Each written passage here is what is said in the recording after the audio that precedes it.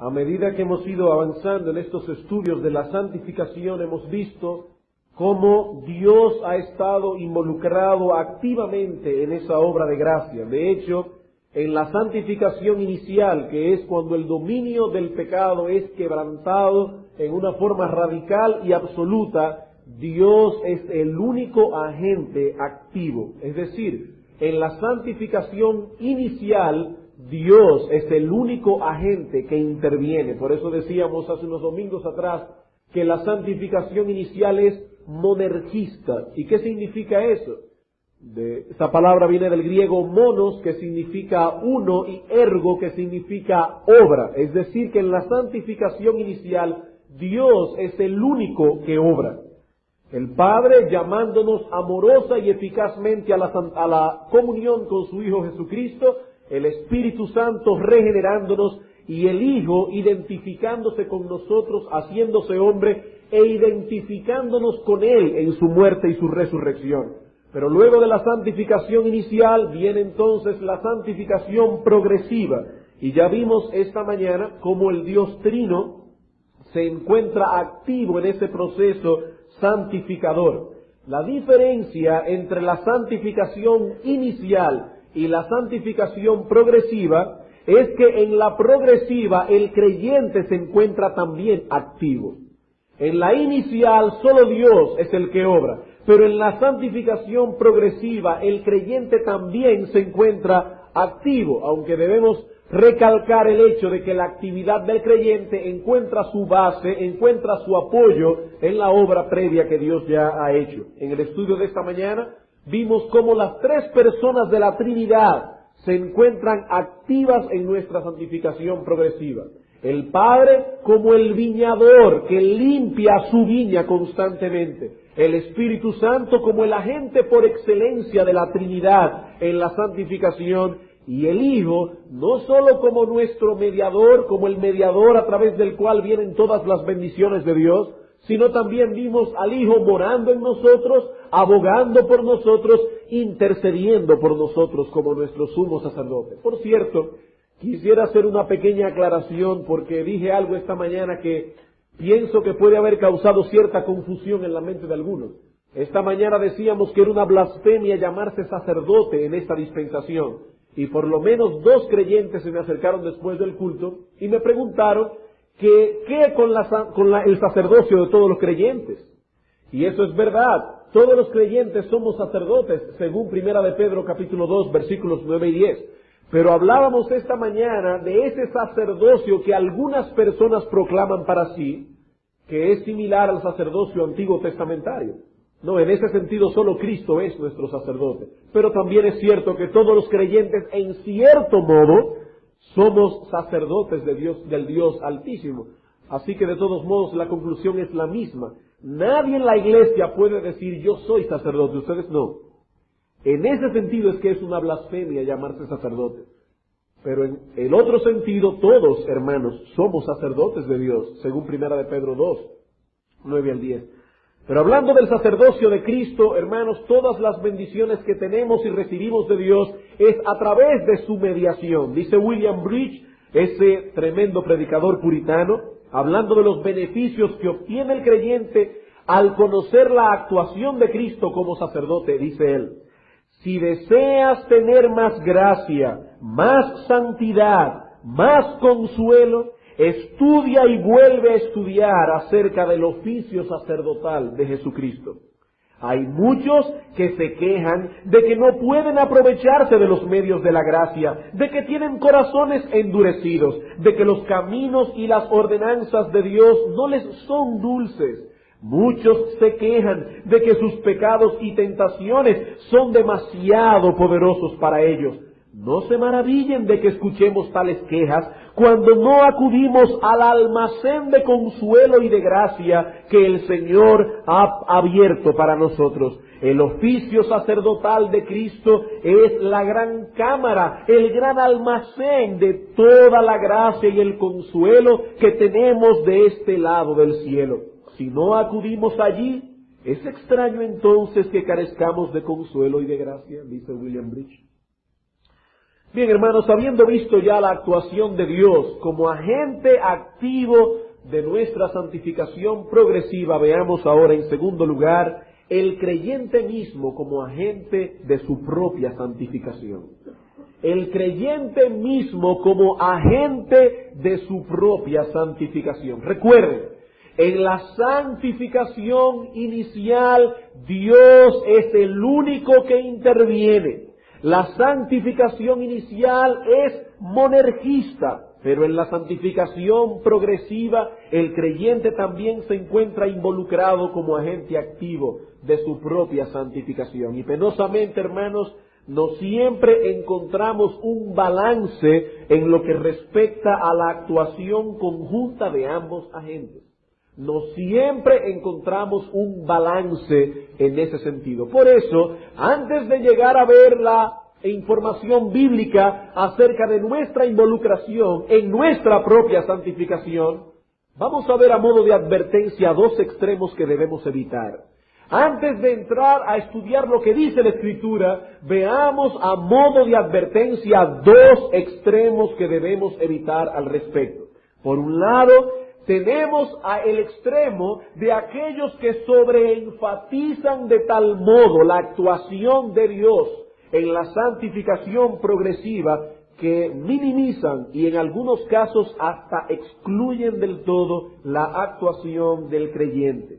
Esta enseñanza se conoce en la historia de la Iglesia y en nuestros días como quietismo.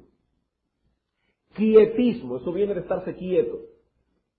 El quietismo sobreenfatiza la actuación de Dios, minimizando o excluyendo del todo la participación del creyente mismo. El razonamiento de estas personas, de los quietistas, es algo como esto.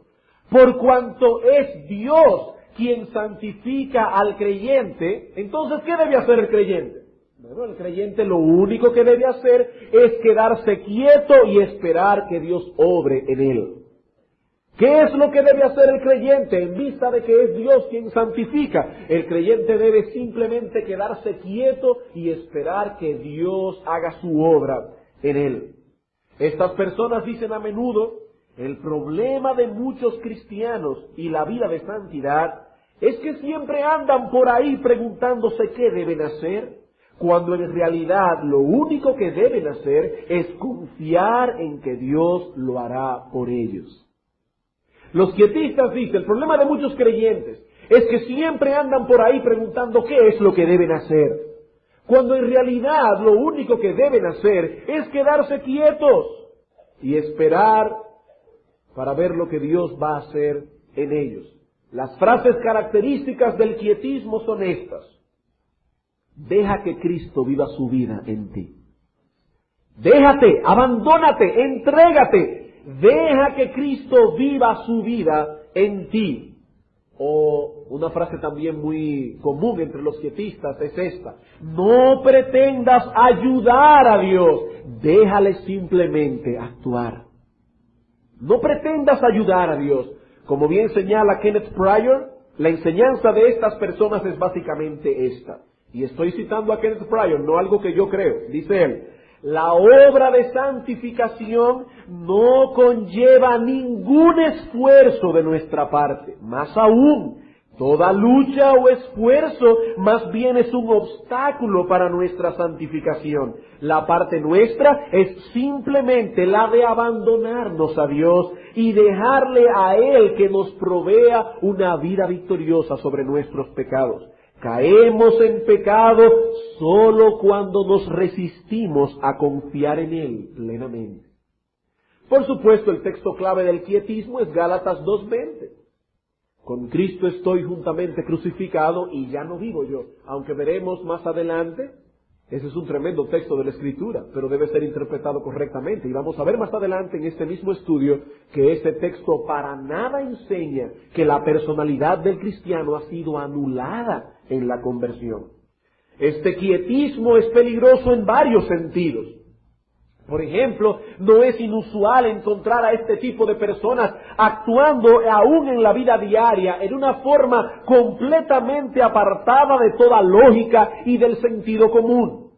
Por ejemplo, si un quietista necesita un trabajo, se aferrará a la promesa de que es Dios quien provee y por ende se sentarán tranquilos a esperar que Dios cumpla su promesa.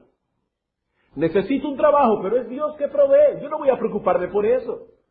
Hermanos, si bien es cierto que es Dios quien suple nuestras necesidades, también es cierto que Dios no actuará aparte de la responsabilidad que Él ha puesto sobre cada uno de nosotros. ¿Acaso no dice la Escritura que es Dios que alimenta las aves del cielo? ¿Y qué comen normalmente las aves del cielo? Normalmente las aves del cielo comen gusanos. ¿Alguna vez ustedes han visto a un ave sentada allí esperando que caiga una lluvia de gusanos? ¿Verdad que no? Dios alimenta a los gusanos poniendo instinto en el ave, alimenta a las aves, poniendo instinto en el ave para que ella escarbe en la tierra y consiga los gusanos que la alimentan. Pues de la misma manera Dios suple nuestras necesidades, pero Él no lo hace aparte de nuestras propias capacidades. Él no lo hace aparte de nuestra inteligencia. Si usted necesita un trabajo, eso no debe llevarlo al afán y a la ansiedad, porque cuando Cristo dice Dios alimenta a las aves del cielo, lo está diciendo en el contexto de que no debemos afanarnos por el día de mañana. Pero también tal persona, además de orar fervientemente a Dios y decirle, Señor, necesito un trabajo, tal persona debe preparar su currículum, leer los clasificados en el periódico, llamar aquí y allá, y buscar un trabajo, confiado en que el Señor va a proveer en su momento adecuado. Es lo mismo como en el ministerio. Algunos tienen una visión tan espiritual de la predicación que solo enfatizan la actuación de Dios, minimizando completamente el esfuerzo del predicador. Y el texto clave, por supuesto, es ese salmo que dice, abre tu boca que yo la llenaré, que por cierto está hablando allí de abre tu boca que yo la llenaré de alimento, no de palabras. Pero mucha gente dice, no te preocupes cuando te pares en el púlpito. Abre tu boca, yo la llenaré, no te pongas a estudiar textos griegos, que eso es para personas sin el Espíritu Santo. No te pongas a buscar buenos comentarios, buenos diccionarios. No te pongas a estudiar profundamente el texto. Simplemente órale al Señor y confiado en el Señor, párate en el púlpito, abre tu boca y comienza a hablar. Y ahí están los pobres hermanos muriendo de hambre espiritual, porque el predicador nunca tiene ninguna comida que ofrecerles. Cuidado con el quietismo. Ese es el extremo de aquellos que sobreenfatizan la obra de Dios y minimizan la del creyente. Pero por el otro lado, tenemos a aquellos que sobreenfatizan la obra del creyente, minimizando y prácticamente excluyendo la actuación de Dios.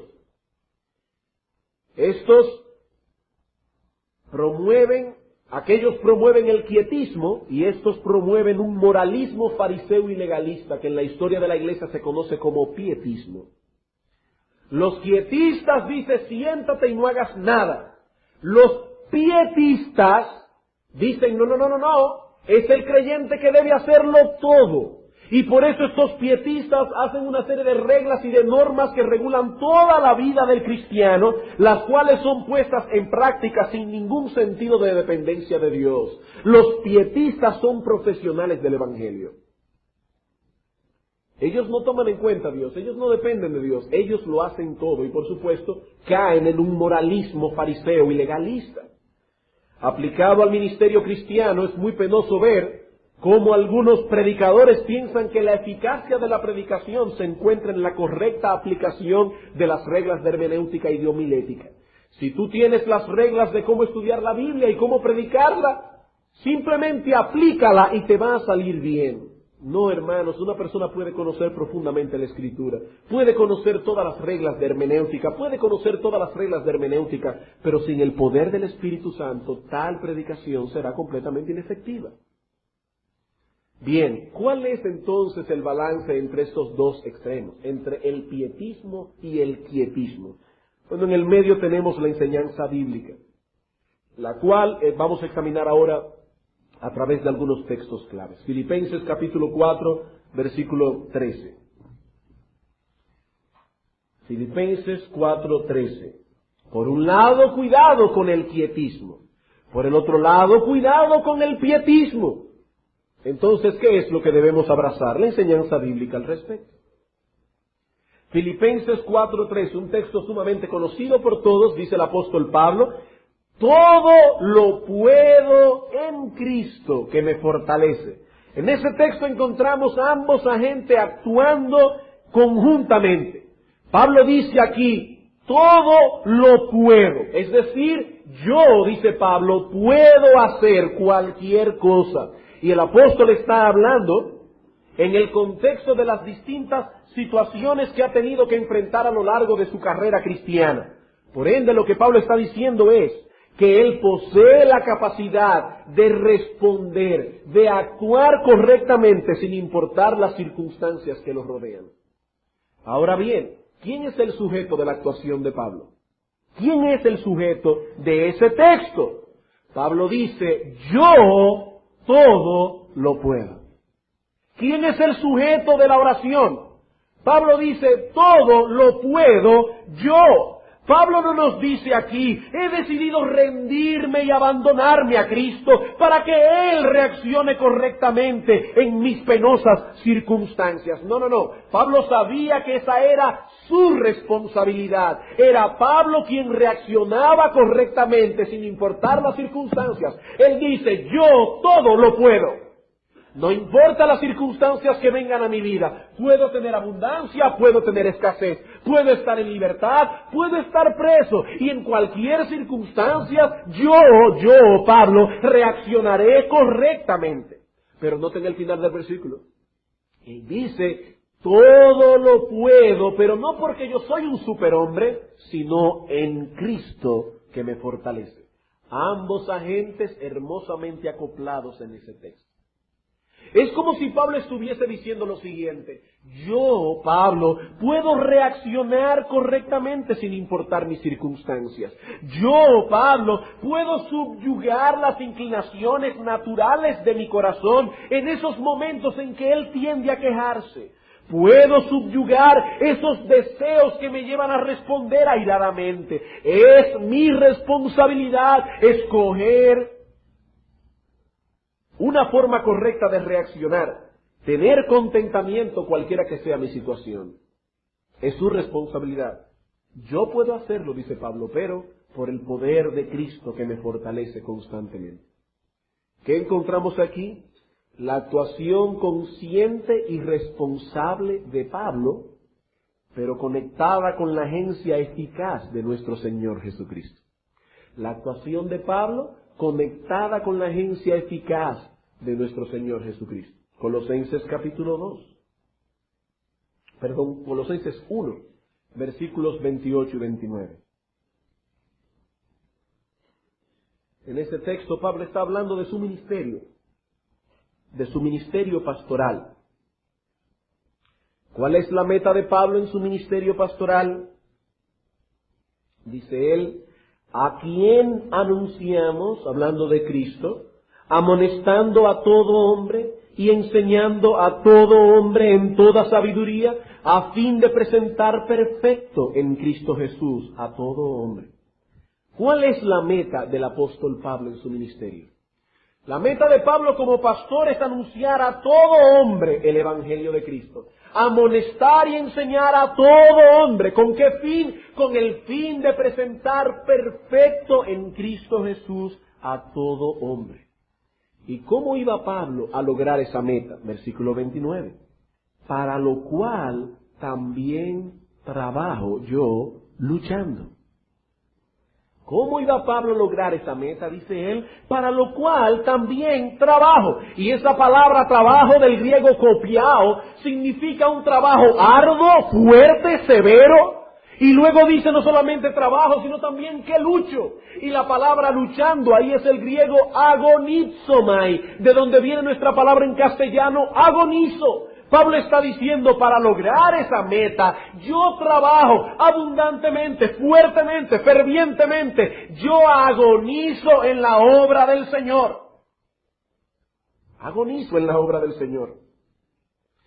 Pablo no nos dice aquí: simplemente me abandono a Dios para que Él obre a través de mí. No, Pablo dice, para lograr el trabajo o la meta del trabajo que se me ha encomendado, agonizo delante de Dios enseñando a los hombres, amonestándoles, anunciándoles el Evangelio. Y todo eso, dice Pablo, requiere un tremendo esfuerzo de mi parte. Pero noten el final del texto. Para lo cual también trabajo luchando, pero según la potencia de Él, la cual actúa poderosamente en mí. ¿Qué tenemos aquí? Por un lado, tenemos al apóstol Pablo matándose, literalmente agonizando en su trabajo pastoral. Por el otro lado, tenemos el poder de Cristo, sin el cual ni el apóstol Pablo podría hacer absolutamente nada. El Señor Jesucristo dijo en Juan capítulo 15, separados de mí, nada podéis hacer. Nada, absolutamente nada. Pero Pablo no se sentaba tranquilo allí en la cárcel diciendo, estoy esperando que el Señor Jesucristo me revele qué es lo que debo predicar. Agonizo, dice Pablo, lucho, trabajo fuertemente para lograr la meta que se me ha encomendado. Gálatas capítulo 2, versículo 20.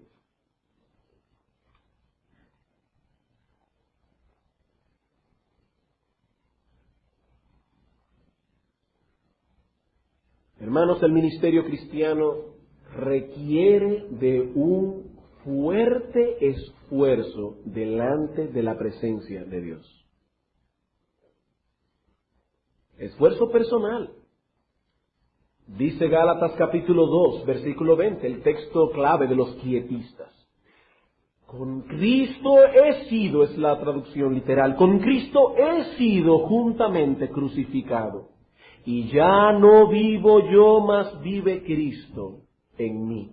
Lo primero que debemos notar es que este pasaje se encuentra en el contexto de la doctrina de la justificación, no de la santificación. Pero aún así, el texto es pertinente para demostrar lo que estamos tratando de demostrar, es decir, que el creyente es un agente activo de su propia santificación. Pablo dice, he sido crucificado juntamente con Cristo y ya no vivo yo. ¿A qué yo se está refiriendo el apóstol Pablo aquí? Él se está refiriendo a ese viejo yo no regenerado que fue crucificado juntamente con Cristo, según Romanos capítulo 6, versículo 6. Ese viejo yo no regenerado fue echado fuera. Ese viejo yo no vive ya más. Pero ahora dice él, en cambio, Cristo vive en mí. Ya no vivo yo, pero en cambio Cristo vive en mí. ¿Quiere decir esto que Cristo reemplazó la personalidad del apóstol Pablo? ¿Es decir que ya Pablo se anuló completamente? No, vamos a seguir leyendo. Dice él, ya no vivo yo, mas vive Cristo en mí. Y lo que ahora vivo en la carne, hermanos, ¿cuál es el sujeto, usando las palabras de los gramáticos, tácito y sobreentendido de esa frase? Ya no vivo yo, dice, pero lo que ahora vivo en la carne, ¿cuál es el sujeto de vivo? El sujeto es yo. Pablo dice, ya no vivo yo, este viejo yo fue crucificado, pero lo que ahora, en este momento, vivo yo en la carne, lo vivo yo en la fe del Hijo de Dios, el cual me amó y se entregó a sí mismo por mí. ¿Quién es que vive, hermanos, Cristo o Pablo? Obviamente el que vive es Pablo, pero lo que él está diciendo es, esa nueva vida que ahora vivo como Pablo, la vivo derivada del poder y la capacidad del Hijo de Dios, que murió en una cruz, resucitó y se sentó a la diestra del Padre. Eso es lo que él está diciendo. Él no está diciendo, ya yo me anulé, yo estoy sentado simplemente a esperar que Dios luche con mis corrupciones. No, dice Pablo, ahora vivo, pero en la fe del Hijo de Dios. Y él sigue siendo la parte activa de su propia vida. Cristo no anuló a Pablo, pero la vida que Pablo estaba viviendo ahora, regenerada, derivaba su capacidad y su poder del Hijo de Dios, que murió en la cruz, resucitó, ascendió a los cielos y está sentado a la diestra del Padre. Por ello no debemos extrañarnos a leer cómo en la Escritura una vez tras vez encontramos una serie de mandamientos dirigidos al creyente como agente activo de su propia santificación. No busquen estos textos porque voy a ir un poco rápido, pero cópienlo los que están copiando.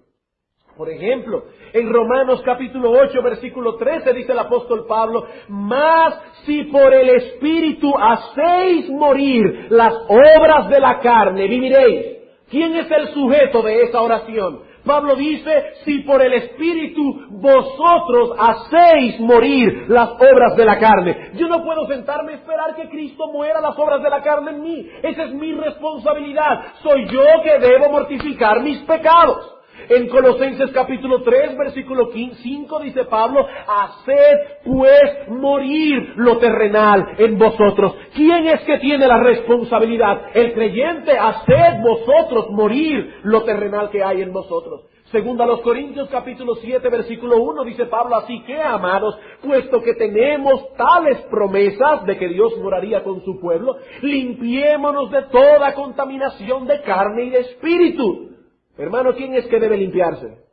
El apóstol Pablo dice: limpiémonos de toda contaminación de carne y de espíritu, perfeccionando la santidad en el temor de Dios. ¿Quién es que debe perfeccionar su propia santidad? Es el creyente.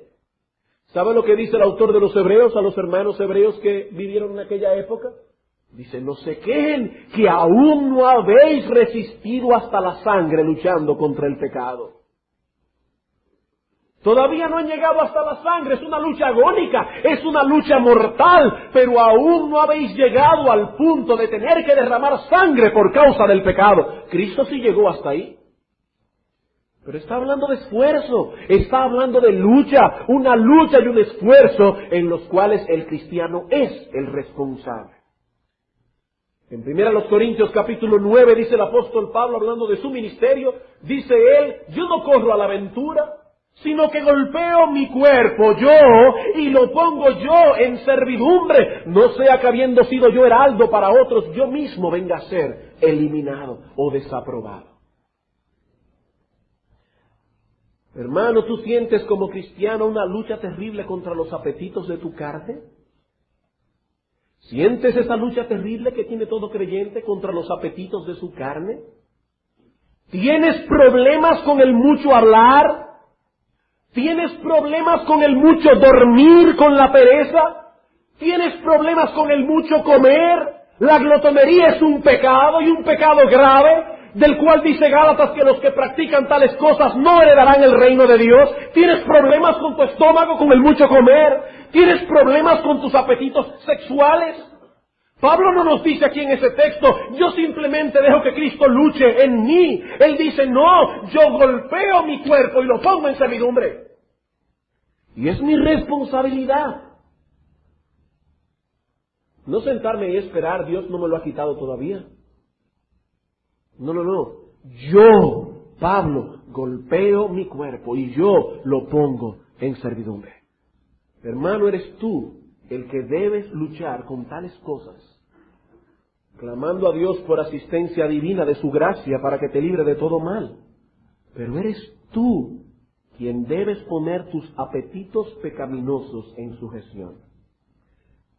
Pero recuerden que la santificación no es simplemente echar a un lado la corrupción que aún mora en nosotros. La santificación incluye también ir conformándonos cada vez más a la imagen de Cristo.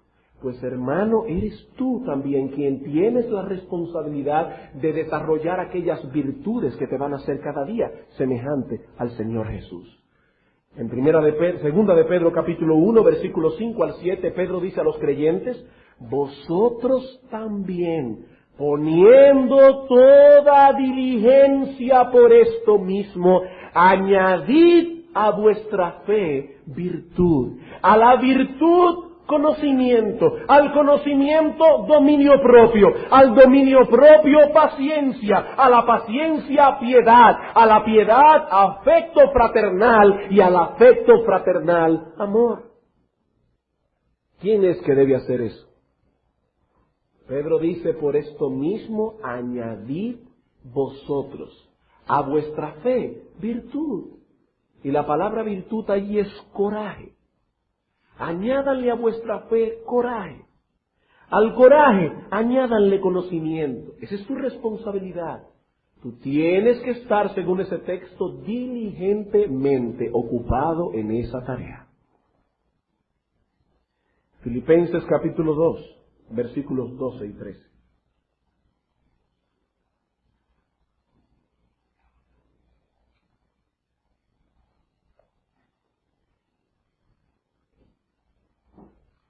Antes de leer el texto, quiero hacer la salvedad de que el apóstol Pablo está dirigiéndose aquí a personas que él mismo describe en el capítulo 1 como santos en Cristo.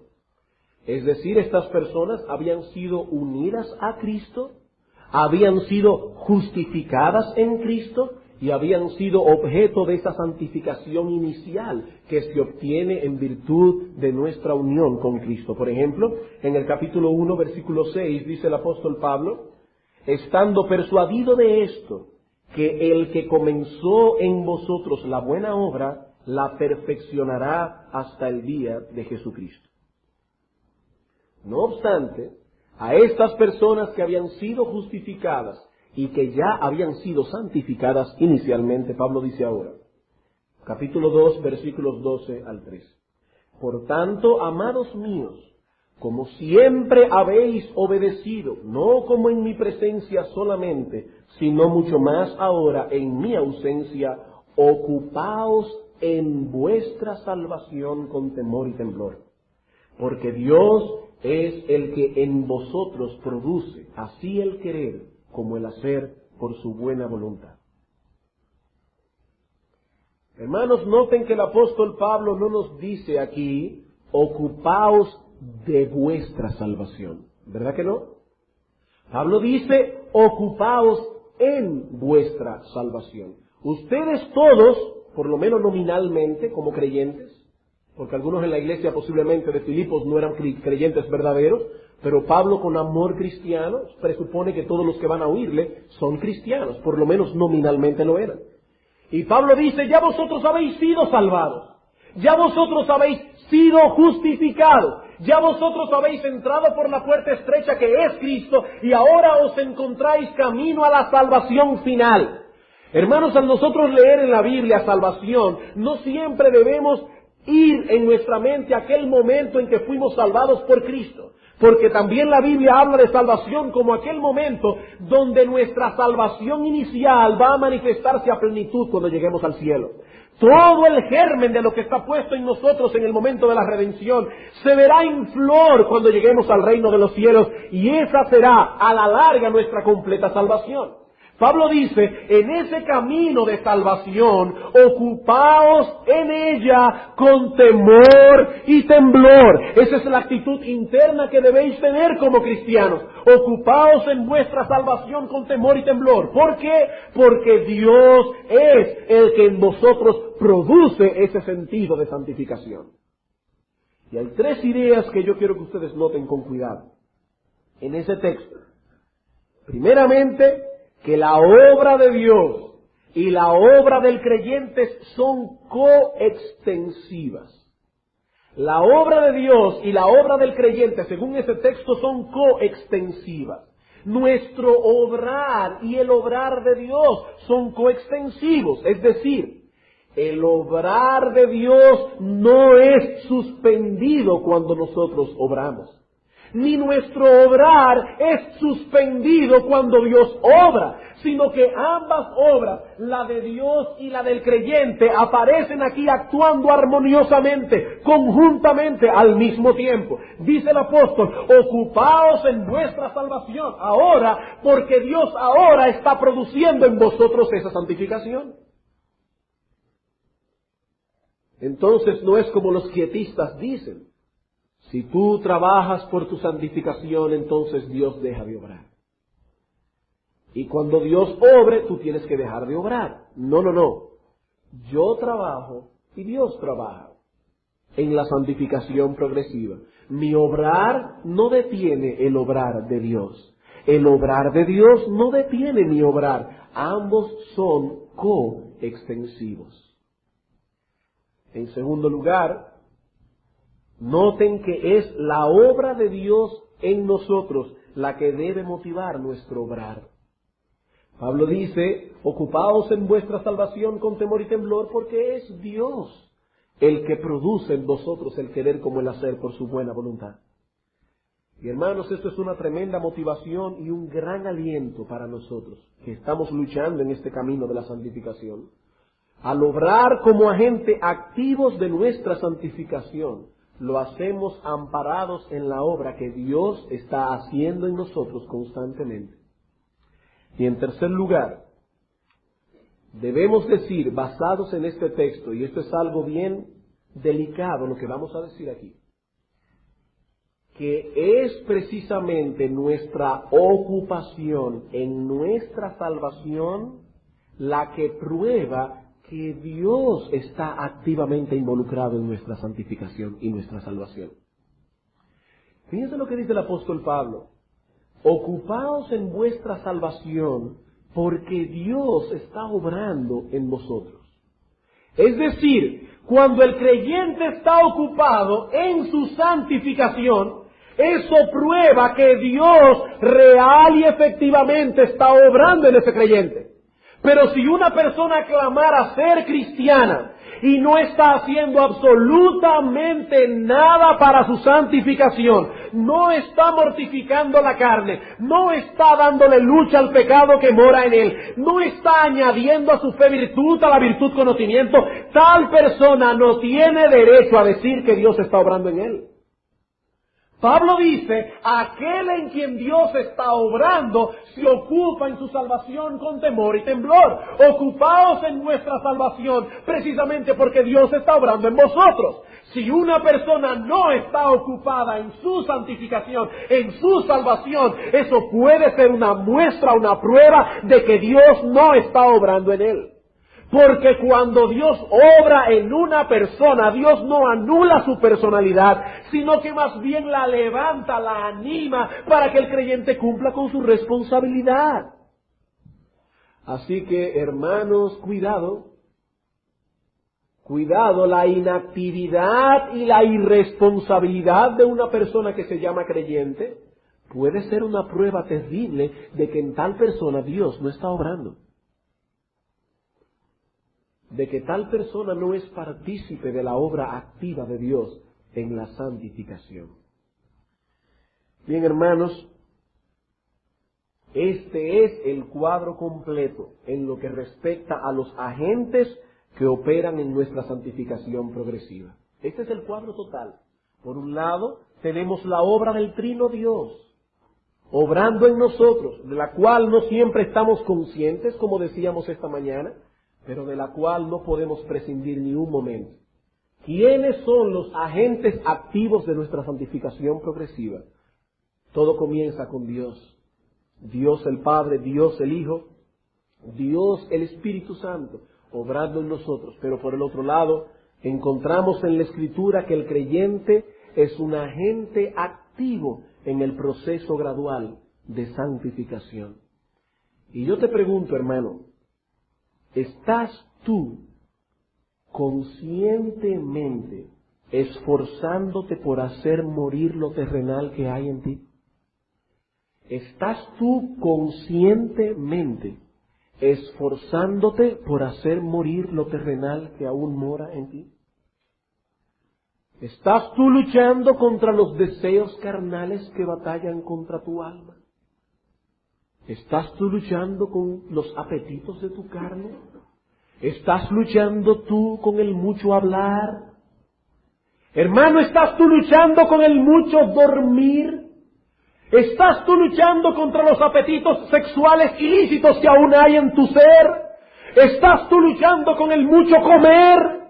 Todos esos son pecados graves a los ojos de Dios, y son esos pecados con los cuales el creyente en una forma consciente debe estar activamente involucrado en hacer morir lo terrenal que hay en él. Esa es la responsabilidad que Dios ha puesto sobre el creyente. ¿Estás tú, hermano, luchando contra los deseos carnales que batallan contra el alma?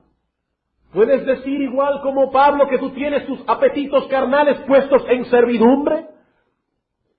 ¿O estás tú, como dice el apóstol Pedro, desarrollando día tras día aquellas virtudes que caracterizan la nueva vida en Cristo, añadiendo a tu fe coraje, al coraje conocimiento, al conocimiento dominio propio, al dominio propio amor fraternal y al amor fraternal amor general? Hermano, ¿estás tú involucrado activamente en eso? Porque esa es tu responsabilidad como creyente, día tras día. Quiero terminar leyendo una cita de este tremendo libro que todo creyente debe leer y luego releerlo durante su peregrinaje al cielo, El secreto de la vida cristiana de Juan Carlos Riley. Algunas cosas voy a leer aquí, dice él, citando a William Gurnall en ese famoso tratado El cristiano en su completa armadura. William Gurnall fue un puritano que escribió un pequeño comentario de los últimos 8 versículos de Efesios 6, 10 al 18. Cuando Pablo habla de la lucha del creyente, escribió un libro de letras pequeñas de 1200 páginas comentando solamente esos 8 versículos.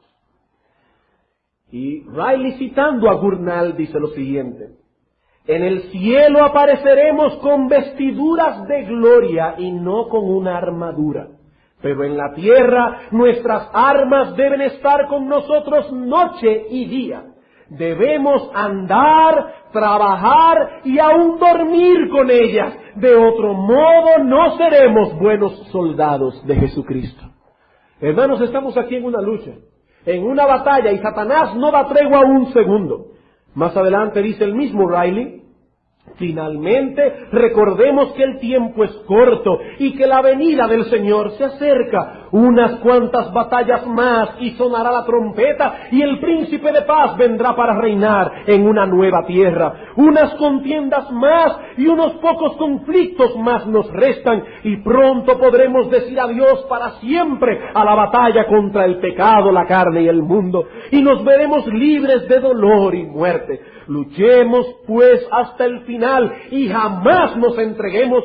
Estas son las palabras de nuestro capitán: el que venciere poseerá todas las cosas y yo seré su Dios y él será mi hijo. Y al final cita Riley del tremendo tratado de lo que es el peregrinaje de un creyente en este mundo, el progreso del peregrino de Juan Bunyan.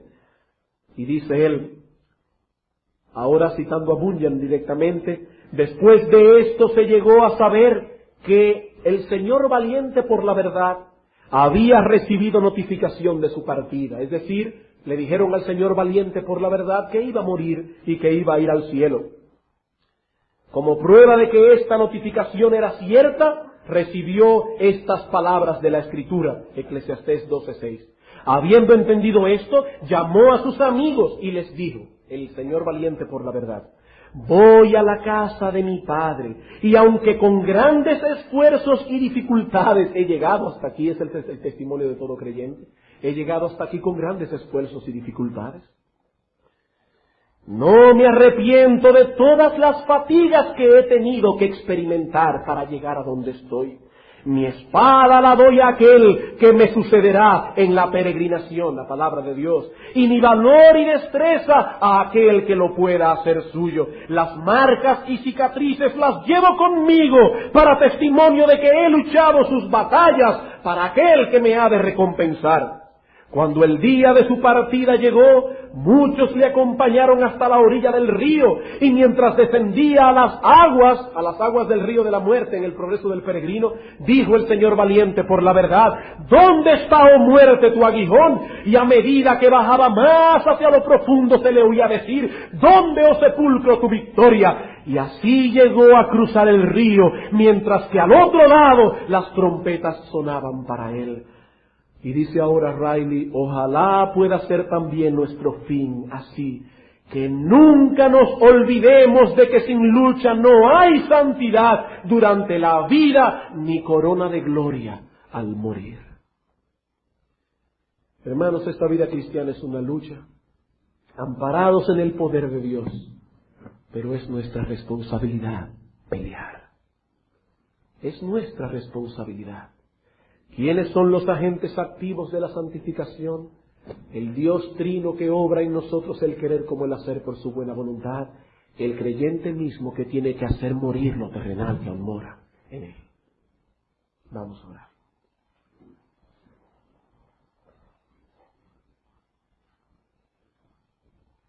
Oh Señor, al contemplar en tu palabra cuál es nuestra responsabilidad en estas cosas, al igual que el apóstol Pablo decimos, y para esto, ¿quién es suficiente? Pero gracias a ti que el apóstol Pablo no dejó de decir esto simplemente, sino que dijo también, mas nuestra suficiencia viene de ti. Gracias, oh Padre, porque todo lo podemos en Cristo que nos fortalece. Gracias por esta fuente de gracia gratuita que nunca se agota y que está a la mano de todo aquel que la quiera y que la desee. Señor, ayuda a esta iglesia, ayuda a los hermanos que componen esta congregación de santos a vivir amparados y dependientes de ti, pero cumpliendo con su responsabilidad día tras día, de luchar en pos de la santidad, de correr la carrera que tenemos por delante, siempre puesto los ojos en Jesús, el autor y consumador de nuestra fe. Gracias, oh Padre, por darnos aliento, por darnos ánimo, por darnos la fortaleza que necesitamos. En el nombre de nuestro Señor y Capitán, nuestro Señor Jesucristo. Amén.